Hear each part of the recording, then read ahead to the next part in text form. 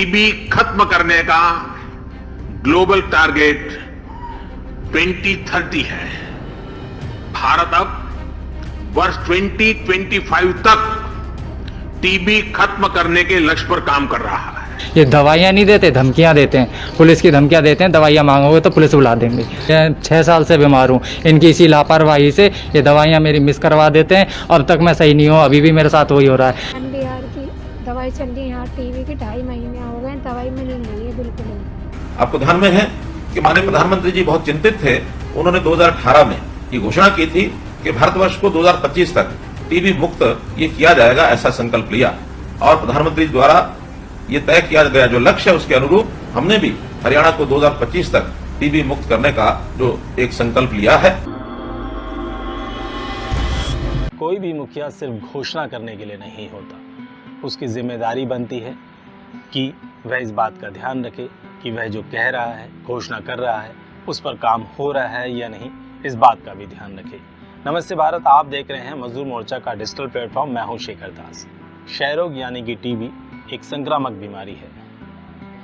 इस बीमारी से पीड़ित व्यक्ति का अगर ध्यान ना दिया जाए, उसे समय पर दवाई ना दिया जाए या अन्य महत्वपूर्ण बातों का ध्यान ना रखा जाए तो यह बीमारी उसके लिए तो घातक होती ही है और उसके संपर्क में आने वाले लोगों के लिए भी घातक साबित होती है।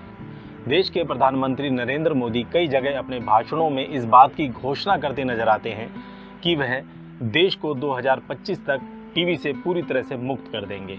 इतना ही नहीं, उनकी इस ताल में ताल ठोकते नजर आते हैं खट्टर साहब। पर अगर हरियाणा की बात करें तो यहाँ की ज़मीनी हकीकत कुछ और ही है। आइए देखते हैं मजदूर मोर्चा की एक खास रिपोर्ट।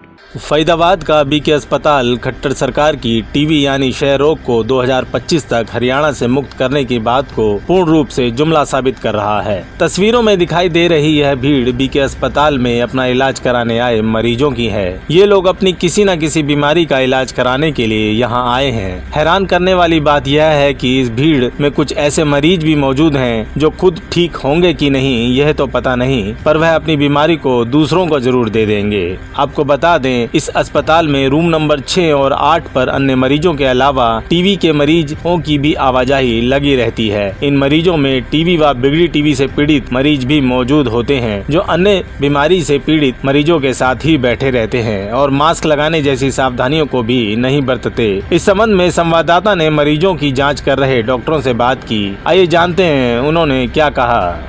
देखो, आजकल के थोड़ा सा टीबी की ओपीडी जो पर डे का एक एवरेज माना है, एग्जैक्ट फिगर तो नहीं है, लेकिन अगर एवरेज का देखते हैं तो करीबन हमारा 120-130 पेशेंट के आसपास की ओपीडी तो पर डे के भी है ही इन दिनों में। और उनमें अगर टीबी का पेशेंट्स की ओपीडी देखते हैं तो हमारे पास भी चेस्ट स्पेशलिस्ट हैं तो चेस्ट से संबंधित ही सारे पेशेंट आते हैं, जिसमें कुछ टीबी के पेशेंट्स भी होते हैं। कितनी संख्या होगी जो टीबी के पेशेंट्स आ रहे हैं? अब कुछ पुराने टीबी के भी होते हैं, कुछ नए टीबी के होते हैं, ऐसे मिला के कुछ देख सकते हैं कि टोटल ओपीडी का करीबन जो है ना, मतलब 60% के आसपास, 50-60% के आसपास जो है ना, 60% करीब जो है पेशेंट हमारा टीबी का है। इन पेशेंट्स में क्या एमडीआर के मामले भी होते हैं? हाँ, वो सारे होते हैं। कुछ एमडीआर के भी पेशेंट्स हैं, नॉर्मल टीबी के भी पेशेंट्स हैं और टीबी के अलावा जो चेस्ट से संबंधित कुछ पेशेंट्स हैं वो भी होते हैं। अच्छा डॉक्टर साहब, पहले अपनी टीबी की जो जांच हुआ करती थी बीके अस्पताल के परिसर के ठीक बाहर हुआ करती थी, अब लेकिन ये ओपीडी सेंटर में एकदम कर दिया है, तो ऐसे में यहाँ एमडीआर के पेशेंट भी होते हैं, तो क्या संक्रमण का लगता नहीं है कि संक्रमण फैलने के चांस होते हैं? कुछ ऐसी संभावनाएं रहती है या नहीं? टीबी की जाँच तो अभी भी बाहर ही होती है, जो टीबी लैब है हमारा ना, परिसर में आ रहे हैं ओपीडी पेशेंट में। हाँ, बट यहाँ पर लेकिन जो है पेशेंट आते हैं तो डिस्टेंसिंग के साथ बैठते हैं, वो दूरी बना के बैठते हैं, मास्क वगैरह सारे पेशेंट से वो लगा के रखते हैं। तो अगर पेशेंट एक डिस्टेंस के साथ बैठता है, मास्क लगा के बैठता है तो ऐसे में स्प्रेड होने के चांसेस काफ़ी कम हो जाते हैं। लेकिन फिर भी संभावना रहती है? संभावना तो हमेशा रहती है। अगर कोई टीबी का पेशेंट्स कम्युनिटी में है, सोसाइटी में है, ठीक है ना, और प्रॉपर प्रिकॉशन नहीं ले रहा है तो चांसेस तो हमेशा ही रहते हैं। कभी तो टीबी को तो हम कम्युनिकेबल डिसीज़ बोलते हैं ना, फैलने वाली बीमारी बोलते हैं इसलिए ना, क्योंकि अगर जो लंग्स की टीबी है, जो फेफड़ों की टीबी है, वो कम्युनिकेबल होती है। अगर उसका स्पूटम में पॉजिटिव आ रहा है तो वो कम्युनिकेबल डिसीज़ है, इसलिए थोड़ा प्रिकॉशन सावधानी लेना वाजिब होता है। तो दर्शकों, सुना आपने, डॉक्टर ने इस बात को माना कि अगर लापरवाही हुई तो बीमारी फैलेगी और इन हालातों को देखकर लगता नहीं है कि लापरवाही नहीं होगी। इस मामले में हमने जब यहाँ के पीएमओ से बात की तो उन्होंने यह कहकर अपना पल्ला झाड़ दिया कि यह देखरेख मेरे अंडर में नहीं आती, यह सब सीएमओ देखते हैं। इस विषय पर सीएमओ से बात की गई तो उन्होंने हमारी पूरी बात सुनने की बजाय यह कहकर पल्ला झाड़ दिया कि इस काम का कार्यभार उनके पास नहीं बल्कि डॉक्टर त्रिचा बत्रा के पास है। जब डॉक्टर त्रिचा के रूम में पहुंचे तो पता चला कि वह तो महीनों से छुट्टी पर चल रही हैं। इससे आप अंदाजा लगा सकते हैं कि सीएमओ कितने जिम्मेदार व्यक्ति हैं और अपनी जिम्मेदारियों के प्रति कितने ईमानदार भी हैं। बात यहीं खत्म नहीं होती, लापरवाही तो हो ही रही है, इसके साथ साथ मरीजों को सुचारू रूप से दवाइयाँ भी नहीं दी जा रही हैं। सर मेरा नाम मोहित है।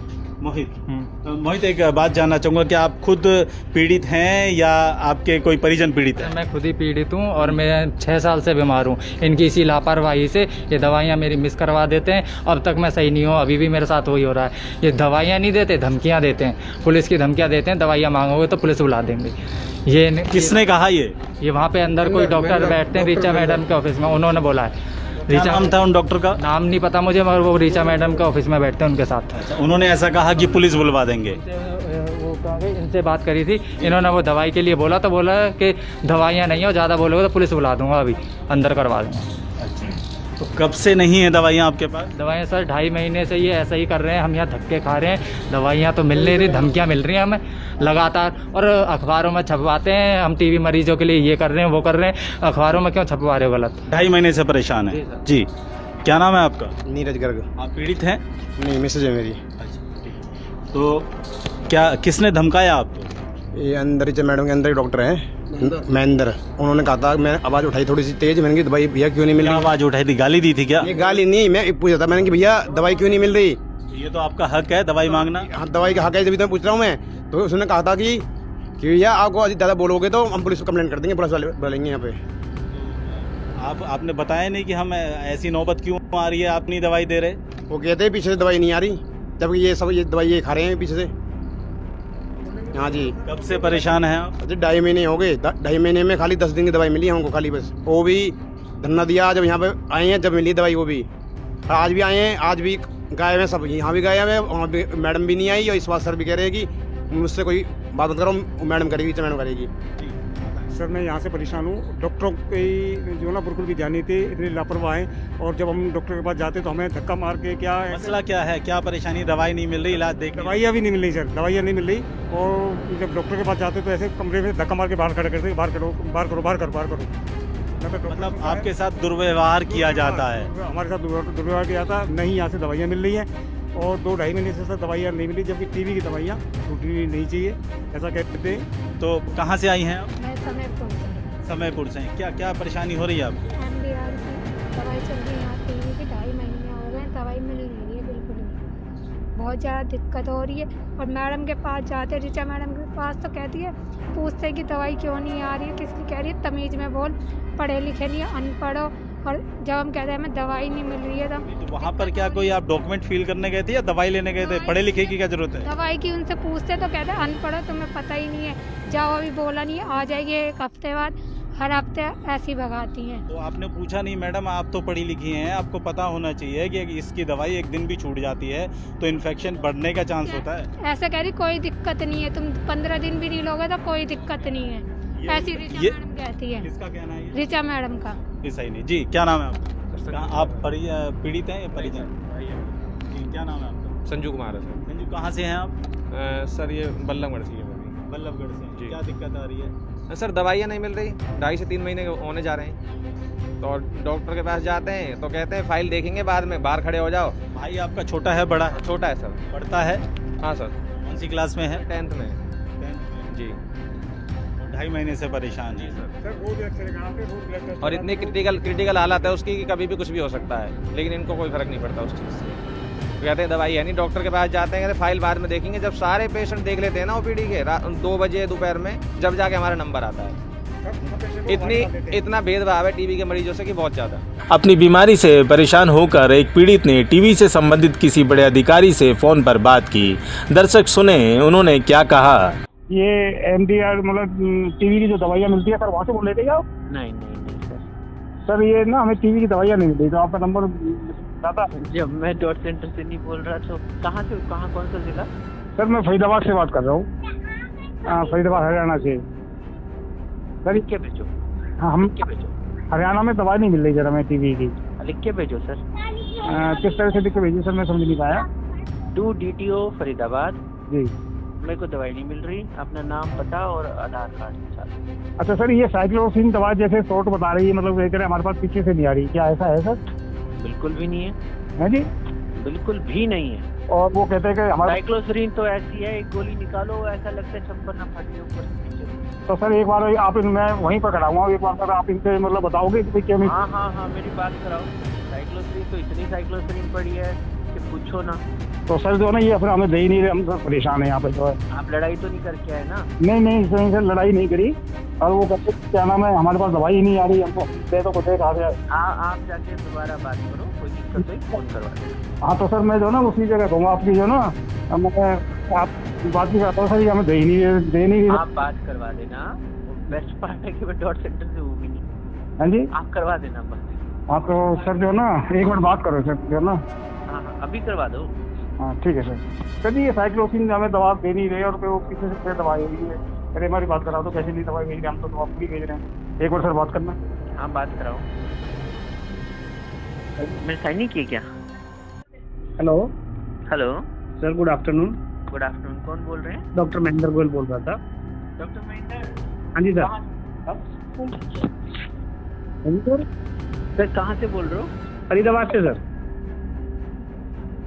फरीदाबाद से। हाँ जी डॉक्टर साहब बताओ कि दवाई तो है हमारे पास, दवाई की क्या दिक्कत आ रही है? सर साइक्लोसिन जो हमें मिली है ना सर, अभी 1500 मिली है हमें अभी। कम मिली है, ज्यादा मिली है? सर बहुत कम मिली है सर, बहुत कम मिली है। हमारे पेशेंट्स के लिए पूर्ति नहीं पड़ती, थोड़ा थोड़ा दे पाते हैं। पेशेंट चाहता है कि एक महीने की पूरी मिल जाए हमें। सर 2 बात समझो सर, डॉक्टर साहब 2 बात समझो। हाँ जी सर। एक तो वो ऐसा नहीं है कि सारी जिंदगी के लिए 1500 मिली है। जी सर।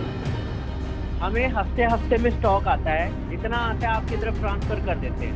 सर अभी ये सोच के ना होल्ड करना कि मुड़ के दोबारा आनी। सर हमने ये नहीं कहा कभी भी कि नहीं आनी। 31 तारीख को हमें 1500 मिली है, जिससे हमने सभी पेशेंटों को जो थोड़ा थोड़ा है वो बांट दिया। तो इस पर इसको क्यों नहीं दे रहे कुछ? एक दिन की दवा दी है हमें, 2 दिन की दवा दी है। दूसरे दिन दवाई। अब सर जो भी है इसको अभी मैं पता करता हूँ, इसको कितनी मिली है इनको, वो तो मुझे अपने STS से पूछ के एक बार पता करनी पड़ेगी, क्योंकि ये कम से कम हफ्ते का तो दो। हाँ जी सर।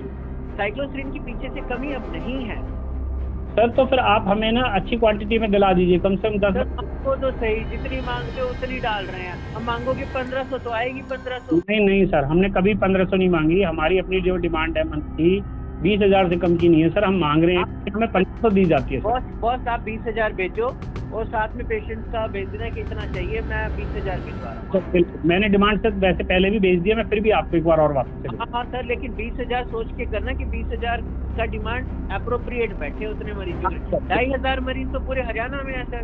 सर मैं ऐसा है, जो भी है मैं आपको अप्रोप्रिएटली कैलकुलेट करके मैं आपको अभी भिजवा। Exactly, this is what I wanted कि कैलकुलेट कर आपको भिजवाता हूं, तो आप देखेंगे आपकी डिमांड मैं आपको अभी भिजवाता। ठीक है। तो सुना आपने कितने लापरवाही हैं अस्पताल के अधिकारी, और सरकार कह रही है कि 2025 तक टीबी का नाम मिटा देंगे। एक तो सरकार की आधी से ज्यादा घोषणा जुमला साबित हो जाती हैं, और उस पर ये नाकारा लापरवाही अस्पताल के अधिकारी बची कुची कसर भी पूरी करके ही मानेंगे। तो दर्शकों, कैसी लगी आपको हमारी यह रिपोर्ट? कमेंट के द्वारा जरूर बताएं। मैं शेखर दास शहर भर की महत्वपूर्ण जानकारी और खबरों के साथ आपके साथ फिर रूबरू होऊंगा। हमारे साथ जुड़ने के लिए धन्यवाद।